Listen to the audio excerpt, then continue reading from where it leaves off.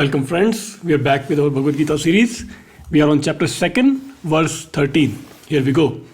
Dehi naha asmin yatha dehe kaumaram yauvanam jara tatha dehantar praptir dhiraha tatra na muyati. So Krishna is explaining to Arjun that just as the body takes childhood and the middle age and the old age and death, similarly the one who is sitting inside the body also experiences these things. So he says, just as in the body, childhood, adulthood, and old age happen to an embodied being, so also he, the embodied being, acquires another body. So after death, that embodied being, the soul, takes another body. So he's already talking about Punarjanam, rebirth, transmigration, and we are just at verse 13, but he's already going into the details of the life after death and so on.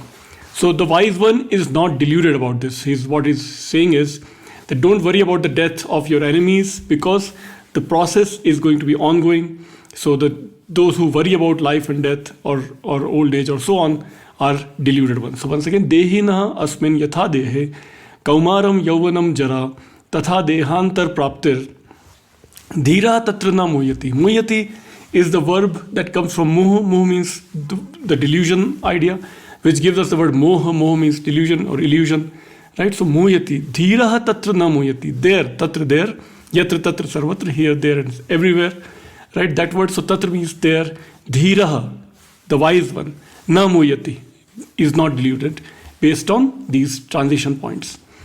Verse 14, matra sparshaha tu kaunteya, shitoshna sukha dukkhadaha, agama pa ino nityas tans titikshasva bharata.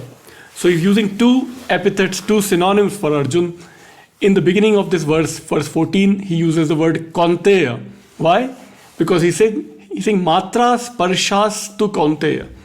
Very interesting reference to his mother, Kunti. So kaunteya. And in the same segment, the word is matra sparshas. Matra here is referring to matter. So all maternal sensations, matra sparsha, sparsh means touching. So anything that is to do with material sensations are all being referred here. So he uses the word kaunteya as if that itself is also motherly or biological touch or biological birth itself is a temporary phenomenon, just like any other material thing, material phenomenon. So shitoshna sukha dukkhadaha. Sheet, cold, ushna, hot, sukh and dukh, pleasure and happiness and sorrow are all these temporary phenomena. So physical sensations truly, really, Arjuna, causing cold, heat, pleasure or pain come and go and they are impermanent. So third segment of this verse, Shitoshna sukha dukkhadaha, we did. Then agama pa ino nityas. They come and then they go. They're anitya. All these things are temporary. The material sensations, material touches, material feelings, phenomena, cold, heat, pleasure and so on, sorrow and so on, they're all temporary.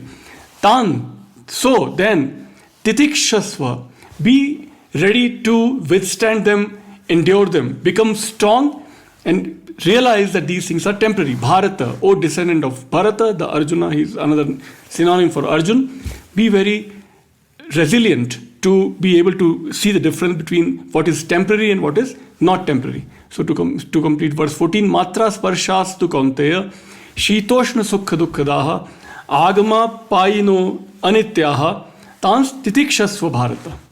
Then verse 15, yam hina vyathayantu tete, purusham purusharshabha, samadukha sukha dhiram, so amritattvaya kalpate. One who is not bothered by these temporary phenomena, vyathayantate, that is vyatha, one who is not getting affected by these temporary phenomena, purusham purusharshabha, bull among men, one who is solid and strong among the men, is not easily affected by these temporary phenomena.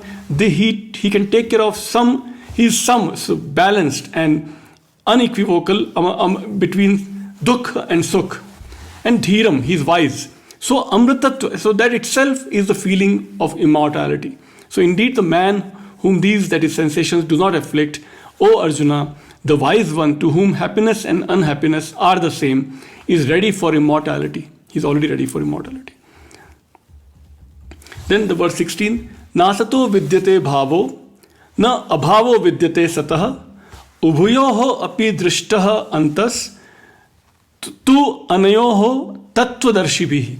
The one who is tattvadarshi, the one who is a living philosopher, not just talking philosopher or writing philosopher, but who lives by philosophy, the real philosophy. Tattva means that which is the ultimate reality. One who can comprehend the ultimate reality knows that there is not a time when there is untruth being present in the universe or truth being non-present in the universe. Truth is always present, untruth is always absent. So it is found that the unreal has no being. It is found that there is no non-being of the real. The certainty of both these propositions is indeed surely seen by the perceiver of truth. So those who are real wise people can see the difference between truth, which is eternal, which is soul, and untruth, which is body and other material things that are temporary. So if you can if you can discern this difference, then you will not be affected by these things and you will be ready for immortality. That is all going on in these 4 verses, and we'll continue in the next week with the next verse. Thank you.